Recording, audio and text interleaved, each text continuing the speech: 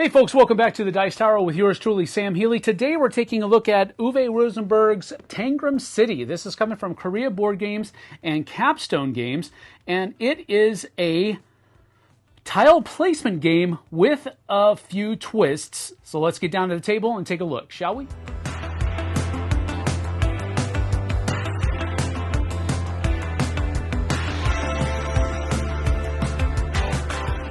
So here I have a 4-player game of Tangram City set up for you, and basically everybody's going to take their own player boards. Player boards can be started on the garden side or the city side. I guess you can call it the industrial side, whatever you'd like to call it. But you can have industrial side or garden side. It doesn't matter. You just choose which one you're going to do. And then depending upon which side you start on, so for example, blue player has chosen the garden side, you're going to take your little tree and put it on the 1 for your balance meter, and then your industrial size is off the chart at this point, and we'll talk more about that in just a few moments. So what you're trying to do in Tangram City is you're trying to build the city out in as balanced a way as possible, but you also want to try to fill in as many spaces as possible as well, because at the end of the game, if you completely fill your grid, then you're going to get 15 extra bonus points. But balance is really kind of key, because if you have complete balance where your industrial and your garden marker are on the same spot at the end of the game, then you're going to score an additional 20 points. If they are 1 or 2 spaces away, then you're going to score 10 bonus points. If they are 3 or 4 spaces away, then you're only going to score 5 bonus points. And if they are 5 or more away, then you're going to score 0 points for balance at the end of the game. So you really want to try to get your balance as close to balanced as possible. Whoever is the first player is going to, first of all, deal 1 card face up to the beginning, to the center of the board. Then they're going to deal 1 card in a 4-player game to themselves face down, 1 card to the person to their left face down, and then 1 card face down in between players 3 and 4. What these are the 4 cards that are going to be played during the round, but the first player gets to look at the card that he has, the second player gets to look at the card that they have, and third and fourth get to look at the card that they have in between them. So it's basically a little bit of information so that you know 1 and 2 cards that are going to be played. The other 2 cards are basically unknown during the course of the game. So the one that's out here in the middle is always played first. So everybody is going to take this card, or rather this shape from their cache, and play it into their board. Now, once everybody has done that, then that 1 card is put aside in a discard pile, and then the first player plays their card. And then everybody puts that card into their spots. And now that everybody's played that piece, that card is discarded, and the second player turns over theirs, and now everybody plays that piece into their city. And now that everybody has played this one, that one's discarded, and then the card in between the third and fourth player is turned over, and everybody plays that one into their city. And then after everybody has finished playing that card, it is discarded, and now everybody can take one of their fountains and add it anywhere on their board. Now, when they do that, for example, if I add it right here, the fountain is going to complete whatever kind of square. So this square right here is going to become an industrial square because the fountain takes on the characteristics of the other half if it joins or finishes a complete square. So now that I have played my fountain square here, now what I'm going to do is I'm going to first of all tabulate my score for the round. And you tabulate your score for the round by taking a look at your largest chunk of solid completed squares in your city. So for example, this chunk right here is my largest contiguous full filled in square part of my city, so it's going to give me its squared. So I'm going to score 1, 2, 3, 4, 5, 6, 7, 8 points for that largest rectangle in my city. So then I'll come over here and move my 1, 2, 3, 4, 5, 6, 7, 8, just like that.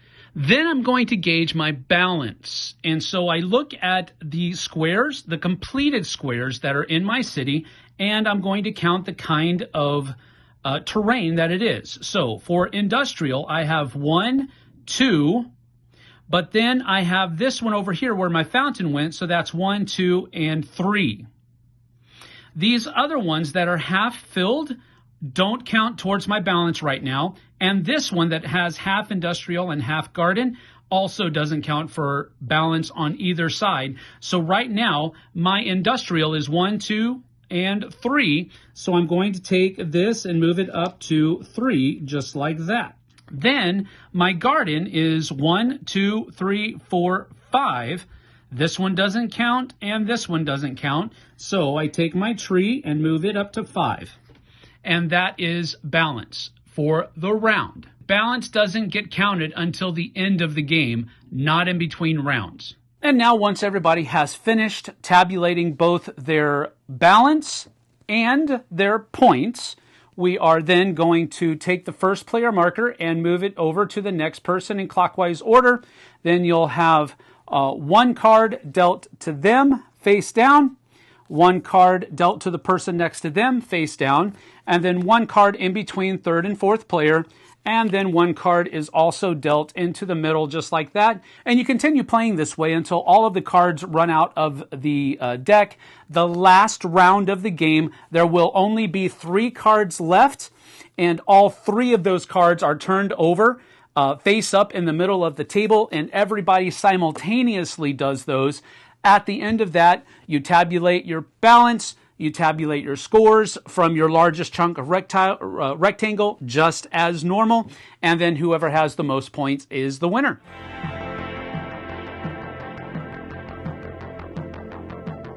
So that's how you play Tangram City, and I have to say that my final thoughts are going to be pretty I wouldn't say brief, but I did take some time to compose my thoughts because there's so much that I do like about the game, and I didn't want to leave any of it out. So with that being said, the things that I've seen people do here, I've seen people who are really not gamers come away from this game and basically say, wait a minute, I need to write down the name of this game so I can go pick it up. That's the kind of game that this is. That's the kind of appeal that this game has. Are seasoned gamers going to have that much fun with it? I think they probably could. On the same side of that, though, I see a lot of people who are not seasoned gamers really enjoying this game. So let's get to my pros and cons.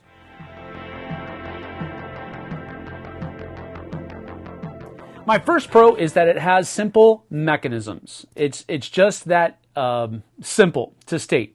There's not a lot going on here. You're simply trying to put together a Tangram puzzle. And you're doing that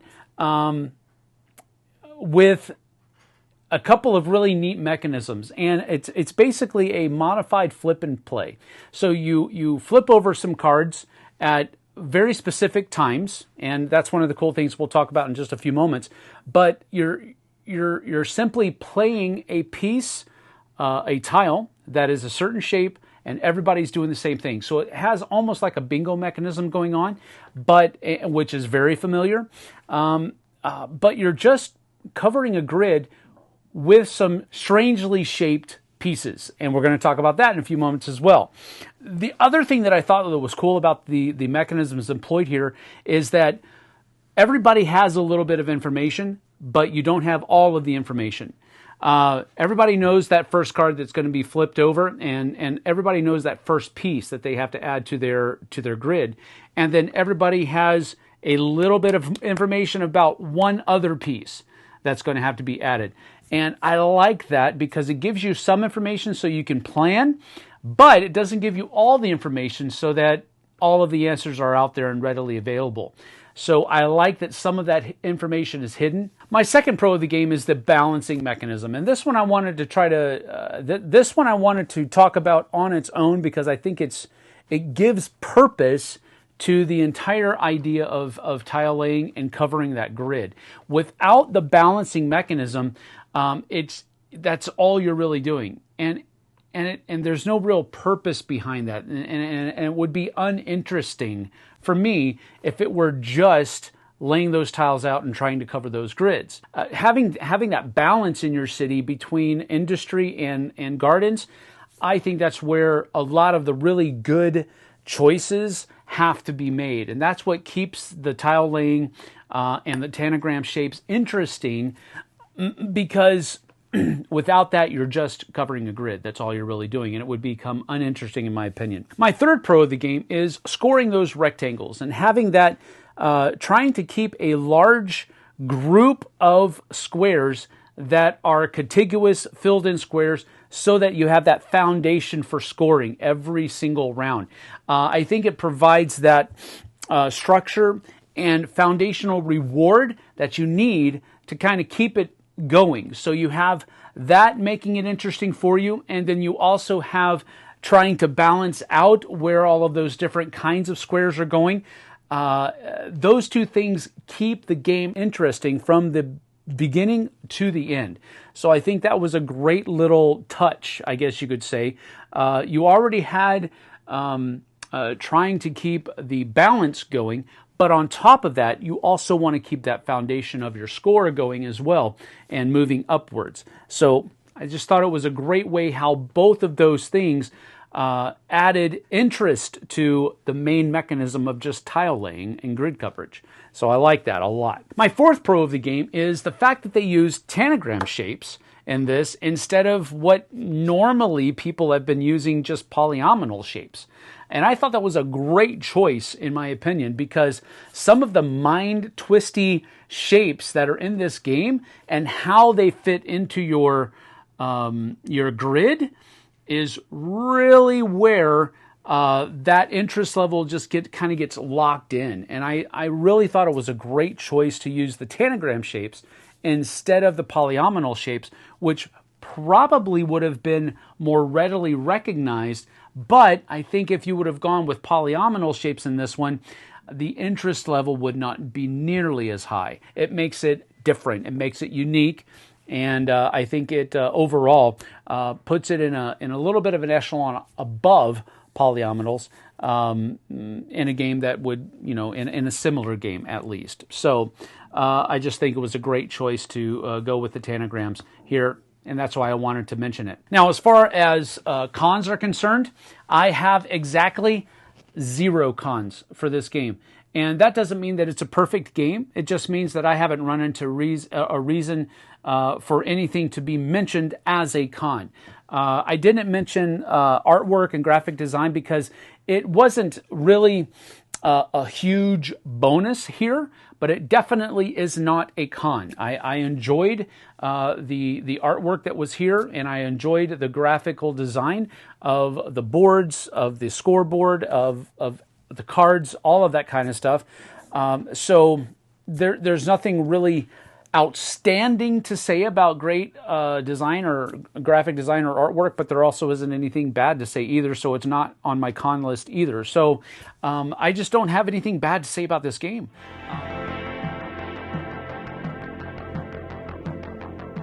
As far as a rating is concerned, I'm going to give this one an 8.5 out of 10.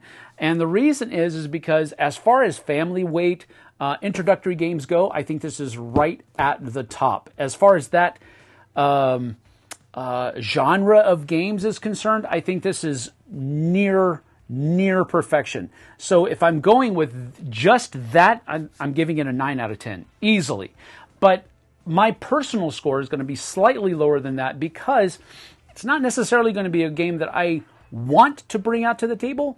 If I'm going to choose, I'm probably not going to choose this. If I have some people who are maybe not gamers, yeah, this is going to come right to the front of the priority list for me.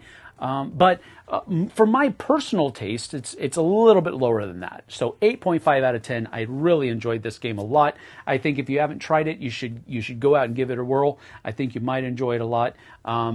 So that's that. Over on the flip side, it would be 2 thumbs up, way up. But for here on the Dice Tower, 8.5 out of 10. Go check it out. Thanks for joining me. We'll see you guys and gals on the flip side. Take care.